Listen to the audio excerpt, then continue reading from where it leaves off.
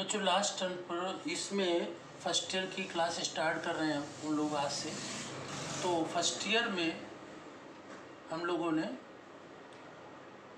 ये first year में 2 किताबें चलती हैं, ठीक है ना, एनसीईआरटी की। और इसमें टोटल चैप्टर की नंबर 14 है, 14 चैप्टर। इसमें फर्स्ट में जो फर्स्ट केमिस्ट्री है उसमें 7 चैप्टर है, 7 फर्स्ट में और 7 सेकंड में, ठीक है ना। 7 चैप्टर फर्स्ट में और 7 चैप्टर सेकंड में। तो इसमें फर्स्ट चैप्टर जो है फर्स्ट बुक में वो है some basic concept of chemistry, some basic concept of chemistry. और सेकंड में है रेडॉक्स रिएक्शन फर्स्ट, ठीक है। लेकिन आज हम लोग स्टार्ट कर रहे हैं जो चीज़ें आपको हाई स्कूल से रिलेटेड है। हाई स्कूल केमिस्ट्री में आपने पढ़ा था ऑर्गेनिक केमिस्ट्री में आईयूपीएसी नॉमेनक्लेचर और आईयूपीएसी के बारे में और ऑर्गेनिक कंपाउंड्स के बारे में। तो जो हाई स्कूल से ये रिलेटेड है इसीलिए इस चैप्टर को पहले स्टार्ट कर रहे हैं, ठीक है ना। तो इस चैप्टर में ये सेकंड केमिस्ट्री में है, ठीक है। तो ये पहले स्टार्ट कर रहे हैं क्योंकि ये हाई स्कूल से रिलेटेड है, तो आपको समझ में भी आएगा। हाई स्कूल में भी आपने पढ़ा है, उसी को फर्स्ट ईयर में आगे पढ़ रहे हैं, ठीक है। और इसके पश्चात फिर फर्स्ट चैप्टर से स्टार्ट कर देंगे, ठीक है ना। ये उससे रिलेटेड है इसलिए आपको समझ में पहले आएगा। तो इसको फर्स्ट ईयर की केमिस्ट्री को हाई स्कूल की केमिस्ट्री से को रिलेट करने के लिए यहाँ पर ये ऑर्गेनिक केमिस्ट्री स्टार्ट कर रहे हैं, ठीक है ना। तो ये सेकंड केमिस्ट्री में है ऑर्गेनिक केमिस्ट्री। तो ये चैप्टर है organic chemistry some basic principles and technique, इस चैप्टर का नाम है। ये चैप्टर काफ़ी बड़ा है, ये यूनिट है ना। और इसमें 5 चैप्टर है, ठीक है ना। इसमें nomenclature of organic compound, classification of organic compound, IUPAC nomenclature, mechanism of organic reactions, purification of organic compound and estimation of elements. तो ये कई चैप्टर है इसमें, ये यूनिट है, बहुत बड़ी यूनिट है, ठीक है ना, ऑर्गेनिक केमिस्ट्री में। तो ये एक बड़ी यूनिट है और इसमें 5 चैप्टर मुख्य रूप से हैं जो आपको पढ़ने हैं। और इस चैप्टर को हाई स्कूल से रिलेट करते हुए उसी में आगे पढ़ते हैं और फिर इसके पश्चात हम लोग पहले चैप्टर की तरफ आ जाएंगे।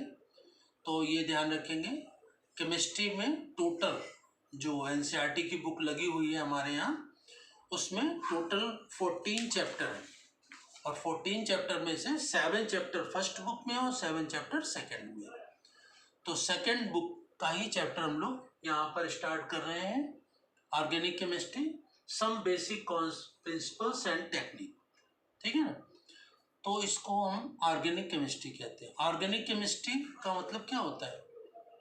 ऑर्गेनिक केमिस्ट्री इसका नाम पड़ा क्योंकि जो ऑर्गेनिक कंपाउंड होते हैं वो बॉडी के ऑर्गन से ही प्राप्त होते हैं। बॉडी के ऑर्गन, प्लांट या एनिमल के बॉडी के ऑर्गन से ही कंपाउंड्स प्राप्त होते हैं ऑर्गेनिक, इसीलिए इसका नाम पड़ गया organic compound and organic chemistry. Organic chemistry जिसमें ऑर्गेनिक कंपाउंड को रखा गया है।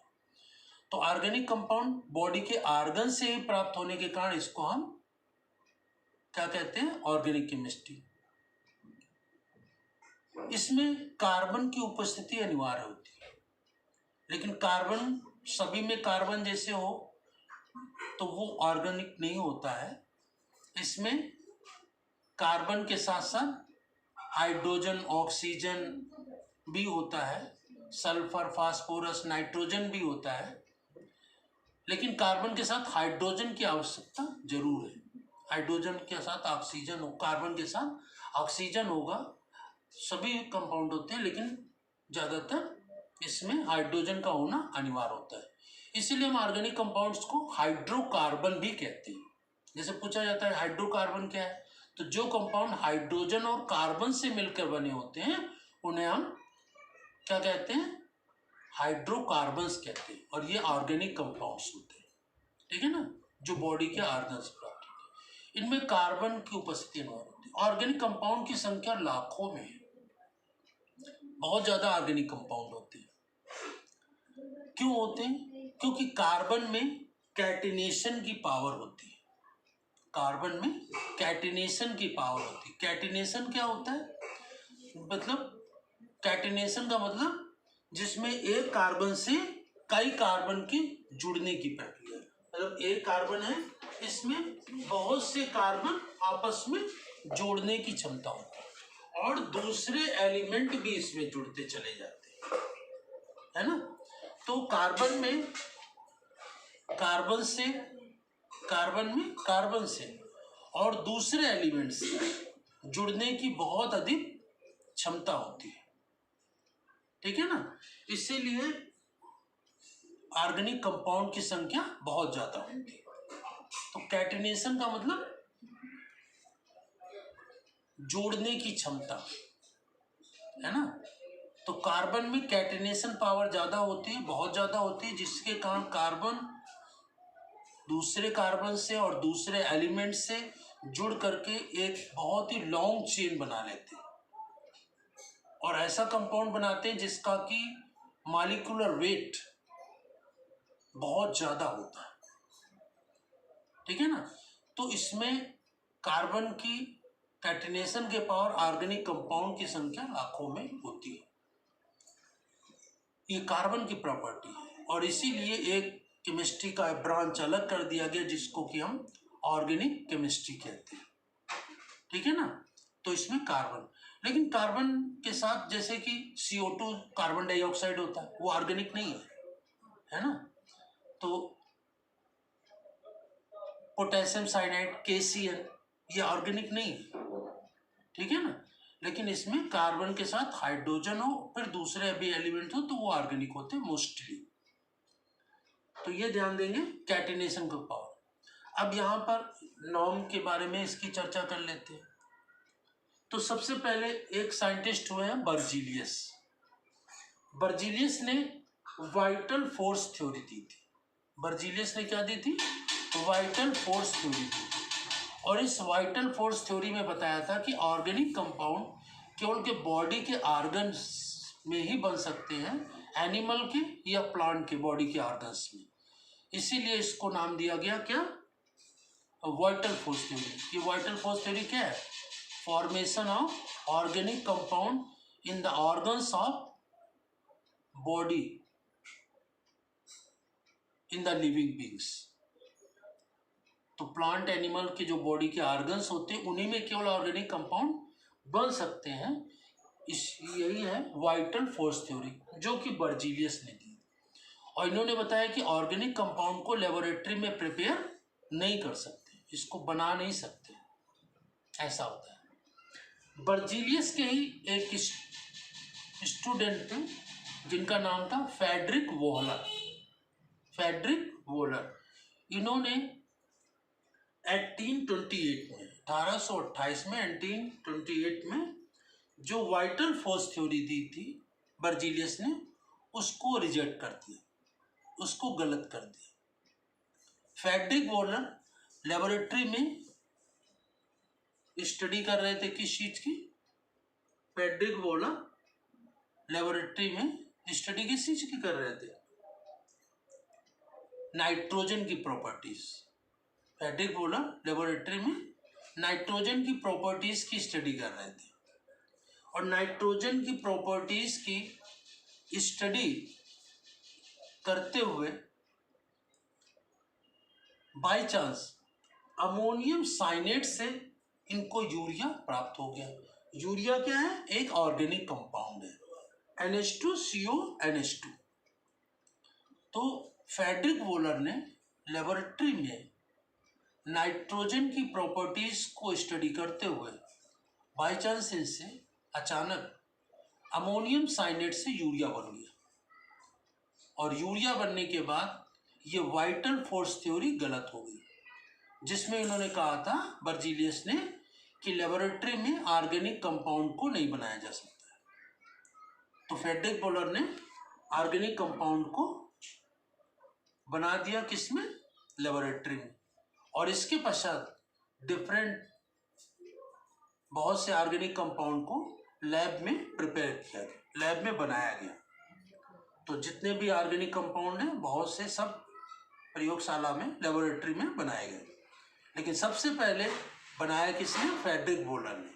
और फ्रेडरिक वोलर ने ही वाइटल फोर्स थ्योरी को गलत सिद्ध कर दिया। तो इस प्रकार से यहाँ पर ये प्रूव हो गया, सिद्ध हो गया कि जो ऑर्गेनिक कंपाउंड है वो बॉडी के ऑर्गन्स में तो बनते ही हैं, लेकिन इनको लेबोरेटरी में, प्रयोगशाला में बनाया जा सकता है। तो यहाँ पर ऑर्गेनिक कंपाउंड का जो इंट्रोडक्शन है इसका, जिसमें कि इसको हम ऑर्गेनिक कंपाउंड केमिस्ट्री कहते हैं।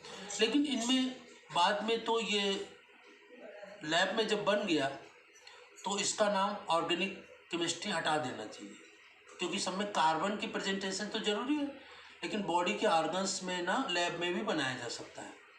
तो अब इसको ऑर्गेनिक केमिस्ट्री के बजाय कार्बनिक या कार्बन केमिस्ट्री या कार्बनिक केमिस्ट्री कहना चाहिए, क्योंकि कार्बन की प्रेजेंटेशन तो जरूरी है, कार्बन इसमें प्रेजेंट होता है, और कार्बन प्रेजेंट होता है उसकी कैटिनेशन पावर के कारण ही ऑर्गेनिक कंपाउंड बहुत अधिक संख्या में होते हैं। तो ये कार्बन केमिस्ट्री होनी चाहिए, लेकिन हम लोग अभी भी इसको हम लोग ऑर्गेनिक केमिस्ट्री या ऑर्गेनिक कंपाउंड्स ही कहते हैं। ठीक है ना। तो इस प्रकार से ये इसका इंट्रोडक्शन कि ऑर्गेनिक केमिस्ट्री को हम अभी हमको लोगों को क्या कहना चाहिए? कार्बनिक केमिस्ट्री। तो पेपर में आता है जैसे कि व्हाट इज कैटिनेशन। तो कैटिनेशन क्या होता है? कार्बन में कैटिनेशन की पावर कार्बन में भी होती है, नाइट्रोजन, फास्फोरस, सल्फर, इनमें सब में होती है, लेकिन सबसे ज़्यादा कैटिनेशन की पावर कार्बन में होती है। और कार्बन में कैटिनेशन क्या होता है? कार्बन से और दूसरे एलिमेंट से जुड़ करके एक लॉन्ग चेन बनाने की जो पावर होती है, इसी को हम कैटिनेशन कहते हैं, जिससे कि हैवी वेट वाले, बहुत अधिक भार वाले ऑर्गेनिक कंपाउंड्स बन जाते हैं। ठीक है ना। और ये याद रखना, what is vital force theory. Vital force theory क्या है? Formation of organic compound only in the body of living beings.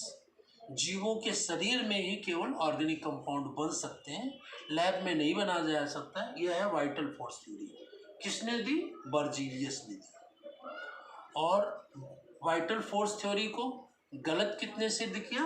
Frederick volar, जो कि बर्जीलियस के ही स्टूडेंट थे। और इन्होंने कैसे कब सिद्ध किया ये? कि इन्होंने लैब में नाइट्रोजन की प्रॉपर्टीज को स्टडी करते हुए बाई चांस इससे अमोनियम साइनेट से यूरिया का फॉर्मेशन हो गया। और यूरिया क्या है? एक ऑर्गेनिक कंपाउंड है। तो ये ऑर्गेनिक कंपाउंड बनने के कारण बर्जीलियस की वाइटल फोर्स थ्योरी गलत सिद्ध हो गई। तो इस प्रकार से इस और यूरिया के निर्माण के पश्चात और सभी ऑर्गेनिक कंपाउंड्स को लैब में अलग अलग तरीकों से प्रिपेयर किया गया, बनाया गया। तो इस प्रकार से ये इंट्रोडक्शन हुआ वाइटल फोर्स थ्योरी का। ठीक है। तो ये इस प्रकार से हम लोगों ने आज स्टार्ट किया organic chemistry, some basic principles and technique. ठीक है। ये एक यूनिट है और इसमें कई चैप्टर है, और इसमें 1 बाय 1 चैप्टर को हम लोग डिस्कस करेंगे। तो आज हम लोगों ने स्टार्ट किया इसका इंट्रोडक्शन ऑर्गेनिक केमिस्ट्री। ठीक है। नेक्स्ट टर्न पर इसी में नेक्स्ट टॉपिक को डिस्कस करेंगे। Thank you.